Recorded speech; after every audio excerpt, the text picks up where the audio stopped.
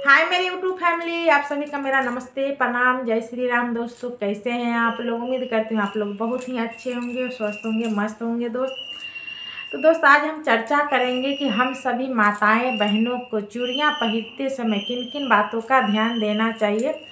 जो बहुत सारे माते बहनें हैं जो इन बातों को नहीं जानते हैं, जो जानते होंगे वो तो करते ही होंगे, ज़रूर करते हैं, क्योंकि ये श्रृंगार, ये चूड़ी सब उनको पति से जुड़े रहते हैं। एक सुहागन स्त्री का पूरा 16 श्रृंगार उनका पति ही होता है।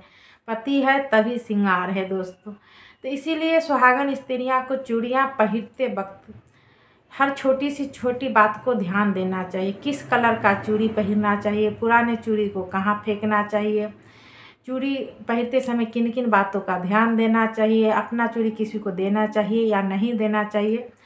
तो आज मैं सब इस चैनल के माध्यम से आप लोग के बताऊंगी, तो आप लोग वीडियो के अंत तक बने रहिएगा। तो चलिए बिना समय गंवाए हुए चर्चा करते हैं दोस्तों। जो मैं करती हूँ वही मैं आप लोग के साथ शेयर करती हूँ। जो माता बहनें जानते हैं वो तो करते ही होंगे, 100% करते होंगे, क्योंकि सवाल पति से होता है। कोई भी औरत नहीं चाहेगी कि उनका पति के ऊपर कोई संकट आए, कोई आँच आए। हर पत्नी का यही इच्छा होती है कि उनका पति का उम्र उनसे लंबी हो। तो चलिए शुरू करते हैं दोस्तों। तो कुछ माते बहनें जो है, जो चूड़ियाँ टूटी हुई हाथ में पहन ले रहती, चिपकी हुई, पूरा गंदा फूटा हुआ। तो आपको ऐसा कभी नहीं करना है। आपको चिटकी हुई चूड़ियाँ कभी नहीं पहनना है, टूटी हुई चूड़ियाँ कभी नहीं पहनना है, क्योंकि ये चिपकी हुई चूड़ियाँ पहनने से क्या होगा, जो आपका मायके वाला कर्ज में डूबते जाएंगे। क्योंकि एक बेटी का रिश्ता दोनों कुल से होता है, तो आपको मायके वाला के ऊपर हानि पहुंचेगा, उनका कर्ज में डूबते चले जाएंगे। तो आप इसलिए चिपकी हुई टूटी हुई चूड़ियाँ आपको हाथ में नहीं पहनना है। उसके बाद चूड़ियाँ पहनते वक्त हमें ध्यान रखना है कि मेरा सर पर आंचल है तो आंचल रखना चाहिए, या ओढ़नी है तो दुपट्टा रख ले। जैसे तैसे आपको चूड़ियाँ नहीं पहनना है। चूड़ी ऐसे 16 श्रृंगार करने के बाद ही पहना जाता है, चूड़ी और सिंदूर लगाया जाता है। तो आप ध्यान रखें कि श्रृंगार करने के बाद ही चूड़ी पहने। ऐसे कोई जल्दी में है तो फिर भी आप सर पर पल्लू रख करके ही चूड़ियाँ पहने। अच्छे जगह पर बैठ के पहने, सुरक्षित जगह पर बैठ के पहने, या अपना श्रृंगार ड्रेसिंग टेबल के सामने बैठ कर के पहने। जिनको नहीं है वो कहीं पर भी घर में या आंगन में कहीं पर सुरक्षित जगह पर बैठ के पहनना है।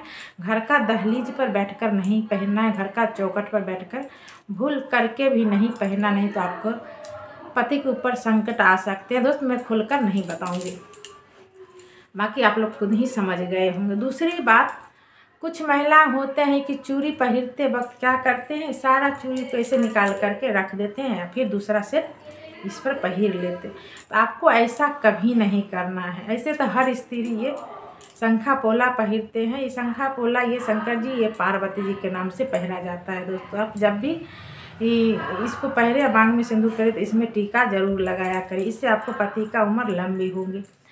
तो आप है जो इसको कभी नहीं खोले, इसको नहीं खोले, उसके बाद आप सारी चूड़ियाँ पहन लें, क्योंकि ये खोलने का चीज़ नहीं है। मगर कुछ लोगों है जो देखते हैं, हम भी देखते हैं कि खोलकर पहन लेते हैं। तो मैं उन मातों बहने से कह दूँ, आपको अगर कहीं जाना है शादी या कोई फंक्शन में, तो आपको अच्छा नहीं लग रहा है, तो आप इनको 3 बार प्रणाम करके चूम करके उसके बाद इसको खोल ले। एक लाल का धागा इसमें बांध ले, उसके बाद आप पूरा सेट पहन ले।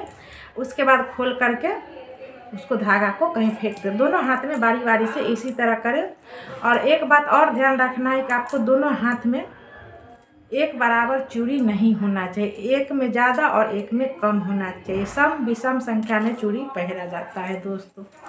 उसके बाद कभी भी हमको साड़ी का हर सेट आप चूड़ी पहन सकते हैं, मगर एक सेट आपको नहीं पहनना, वो है काले रंग का चूड़ियाँ। काले रंग का चूड़ियाँ सुहागन स्त्री को नहीं लगाना चाहिए। काले रंग का वस्त्र आप शनिवार को आदमी पहन लेता है, सुहागन स्त्री भी, मगर ऐसे आप काले रंग के चूड़ियाँ और काले रंग का बिंदी आपको कभी भी मांग में नहीं लगाना है। ये अशुभ होता है, ये अशुभ औरत पहनते हैं। इसे हम खोलकर नहीं बताएंगे, आप लोग खुद ही समझ गए होंगे।